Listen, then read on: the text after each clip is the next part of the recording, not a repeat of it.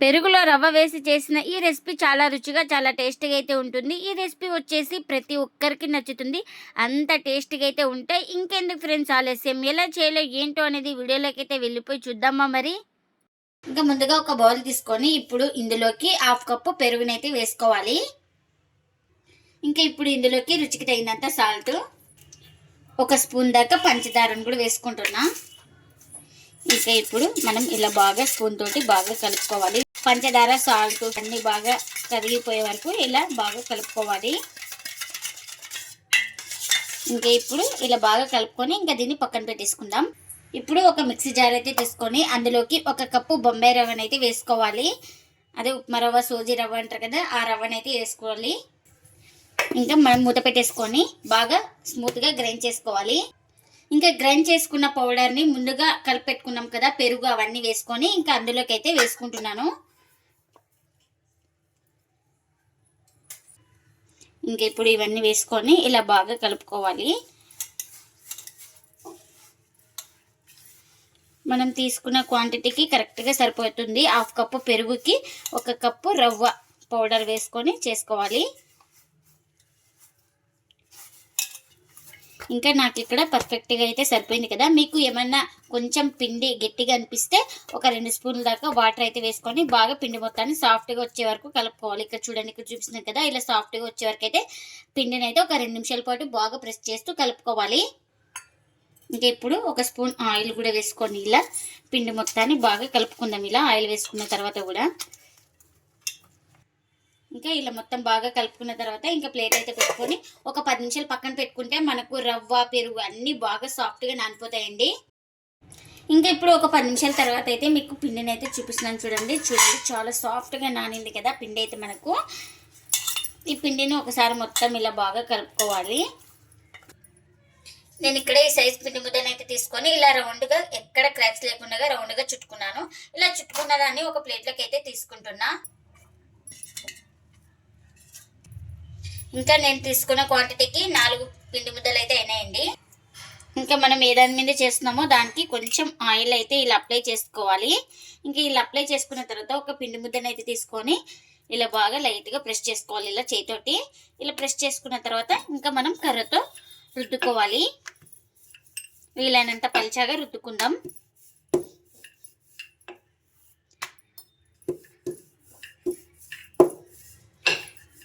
పిండిలోకి పెరుగు వేసి చేయడం వల్ల చాలా సాఫ్ట్గా ఉంటాయండి. రుద్దుకోవడానికి కూడా చాలా ఈజీగా వస్తుంది మనకు. ఇలా రుద్దుకున్న తర్వాత కాస్త పొడి పిండిని అయితే ఇలా చల్లుకుంటున్నాను. ఇంకా ఇలా పొడి పిండి చల్లుకున్న తర్వాత నేను ఇక్కడ చూపిస్తున్నాను కదా, ఈ విధంగా అయితే కట్ చేసుకోవాలి. ఇలా ఇంకా ఇక్కడ సైడ్ కూడా సేమ్ ఇలానే ఇలా కట్ చేసుకున్న తర్వాత ఇక్కడ ఫోల్డింగ్ అయితే చూపిస్తున్నాను కదా, ఈ విధంగా చేసుకోవాలి. వీడియోలో ఎలా చూపిస్తున్నానో సేమ్ అలానే చేసుకోవాలి. ఇలా మళ్ళీ ఇక్కడ ఈ సైడ్ ఇలా ఫోల్డింగ్ అయితే చేసుకొని మళ్ళీ ఈ వైపు ఇలా వేసుకోవాలి.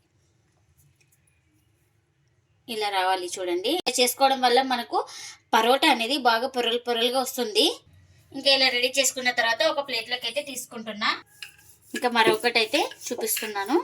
మరొక పిండి ముద్దను తీసుకొని ఇలాగే పల్చగా రుద్దుకోవాలి. ఇంకా ఇలా రుద్దుకున్న తర్వాత ఇంకా పొడి పిండిని అయితే ఇలా చల్లుకుంటున్నాను. కాస్త ఇలా చల్లుకున్న తర్వాత ఇంకా ఇలా కట్ చేసుకోవాలి.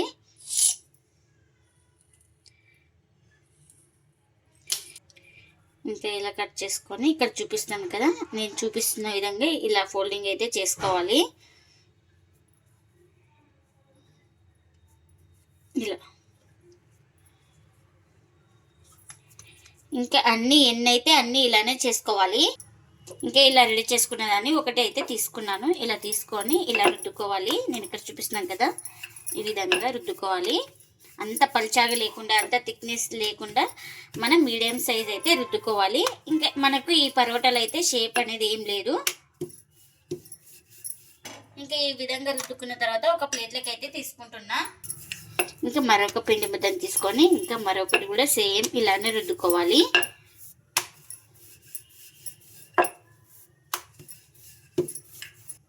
ఇంకా ఎన్నైతే అన్ని ఇలానే రుద్దుకోవాలి. ఇంకా పరోటా కాల్చుకోవడానికి పెన్నం కూడా పెట్టుకున్నాను. పెన్నం కూడా హీట్ అయింది. ఇంకా ఒక పరోటాని అయితే వేసుకుంటున్నా.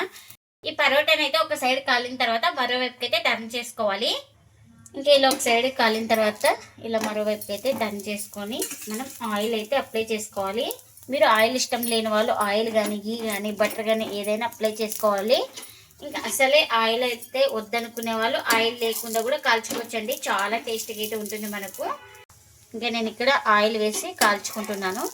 ఇలా బాగా రెండు వైపులా బాగా ప్రెస్ చేసుకుంటూ కాల్చుకోవాలి. అప్పుడే మనకు లోపల దాకా బాగా పరోటా అనేది బాగా కాలుతుంది. ఇలా బాగా రెండు సైడ్లు బాగా ప్రెస్ చేసుకుంటూ కాల్చుకోవాలి. ఇంకా ఈ పరోటా అయితే రెండు వైపులా బాగా కాల్చుకున్నాను. పరోటా అయితే రెడీ అయిపోయింది. ఇంకా ఈ పరోటాని ఒక ప్లేట్లోకి అయితే తీసుకుంటున్నా. ఇంకా సేమ్ ఇది కూడా ఒక సైడ్ కాలిన తర్వాత మరోవైపుకి అయితే టర్న్ చేసుకోవాలి. ఇంకొక సైడ్ కాలిన తర్వాత ఇలా ఇంకొక వైపు అయితే టర్న్ చేసుకొని ఆయిల్ అయితే అప్లై చేసుకోవాలి. ఇలా